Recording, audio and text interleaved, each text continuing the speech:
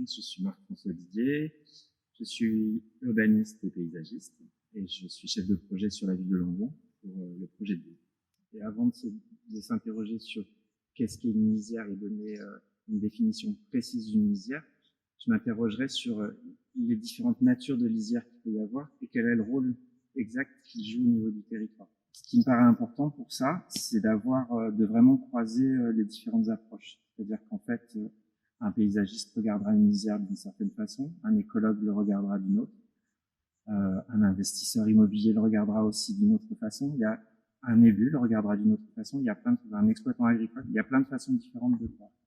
Et je pense que ce qui est intéressant, c'est de savoir autour de cette lisière et autour des questions sur les différents types d'approches, de savoir un peu quel est le jeu d'acteurs qu'il y a autour de tout ça. Et je pense que c'est vraiment important pour savoir vraiment qualifier et définir cette lisière et ses potentialités.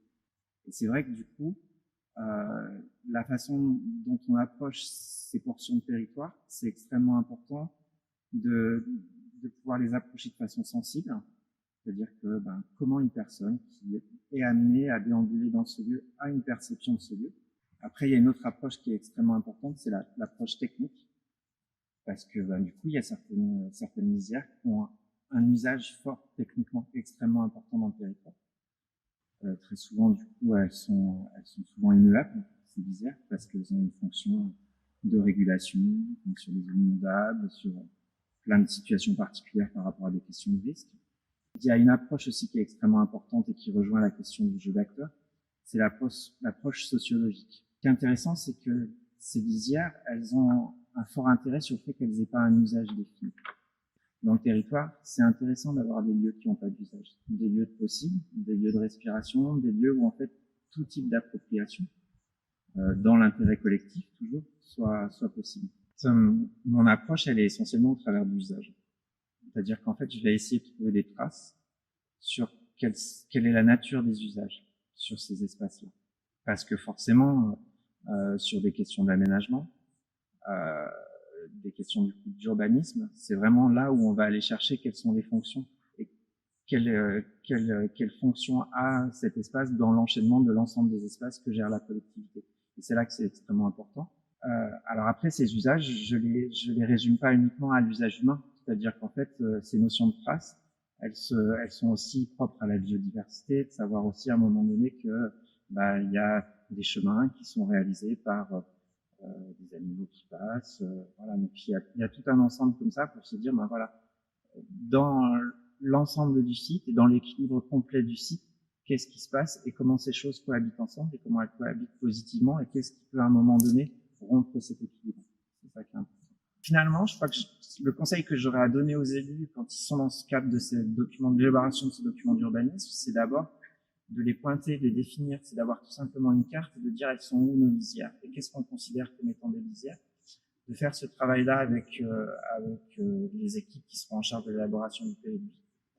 Et puis de déambuler, en fait, d'aller voir sur place, parce que c'est important. On ressent pas du tout les mêmes choses sur une carto, sur un cadastre, sur une photo aérienne, que dans la réalité des choses. On a une route, cette route, elle a un certain gabarit. Est-ce que ce gabarit, il est compatible avec la lisière? Donc, si on veut en changer de gabarit, comment on va venir transformer le document d'urbanisme par rapport à ça, avec des emplacements réservés, des choses comme ça. Si je me tourne de ce côté, depuis tout à l'heure, on entend un oiseau. C'est quoi cet oiseau? Or, il se trouve qu'ici, on est dans une zone Natura 2000, donc ça a un sens aussi, parce que la transcription de cette lisière dans laquelle on est ici aujourd'hui, elle est bien particulière par rapport au fait qu'il y a déjà une réglementation en amont du document d'urbanisme, qui est la zone Natura 2000.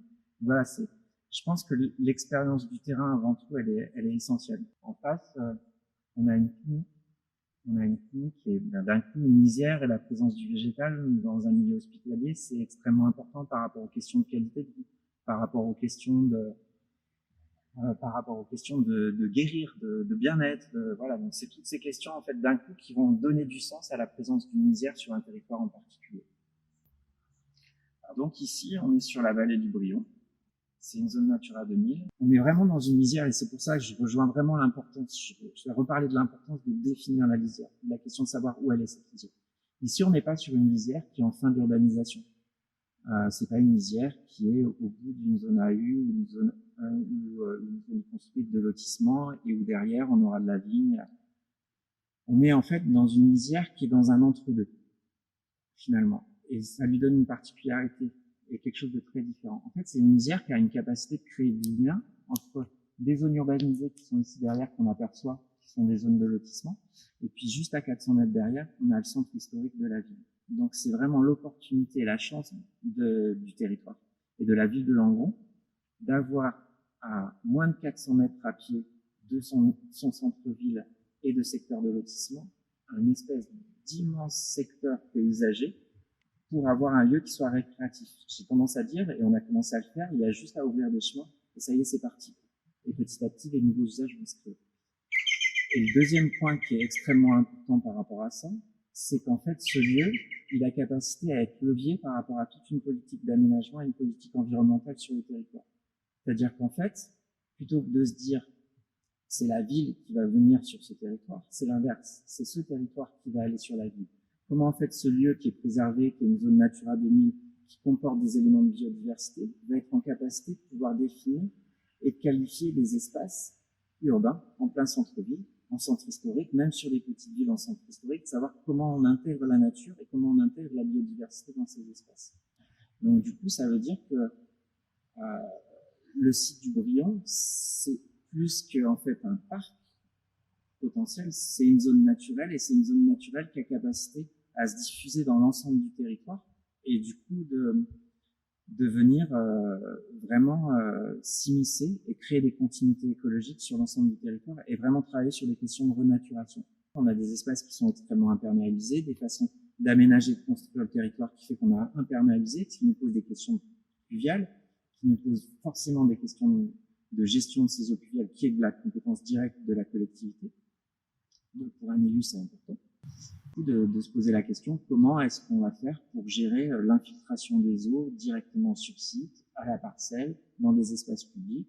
Comment en fait ce site nous raconte le fait que quand on va refaire une place ou un espace public en centre-ville, on va éviter l'imperméabilisation des sols, on va s'interroger sur la présence du végétal et quelle est la nature de ce végétal, quelle fonction il va jouer, quelle stratégie il va jouer par rapport à ça. En fait, finalement, à chaque fois, le fait de qualifier de cette lisière va nous obliger, en tout cas nous, on va s'obliger et on va s'imposer de se poser cette même question quand on sera sur un autre espace, de se dire voilà, cette lisière à tel endroit, elle jouait telle fonction, dans sa capacité à se diffuser, quelle fonction elle va amener à un autre espace en rebond, à avoir comme fonction, à avoir comme rôle, et comment on va créer tout un réseau, et comment on va recréer un maillage sur des continuités écologiques, sur des parcours dans la ville, sur des mobilités douces, c'est tout un ensemble. Et comment ça va déterminer le fait d'aménager. Peut-être que demain, ça va déterminer aussi comment construire un îlot, quelles prescriptions il y aura à l'échelle d'un îlot par rapport au fait d'avoir du logement, comment ces logements sont ouverts sur l'extérieur et comment depuis ce logement, on parcourt la ville pour venir sur le site du Brillon et venir dans une lisière qui a un intérêt.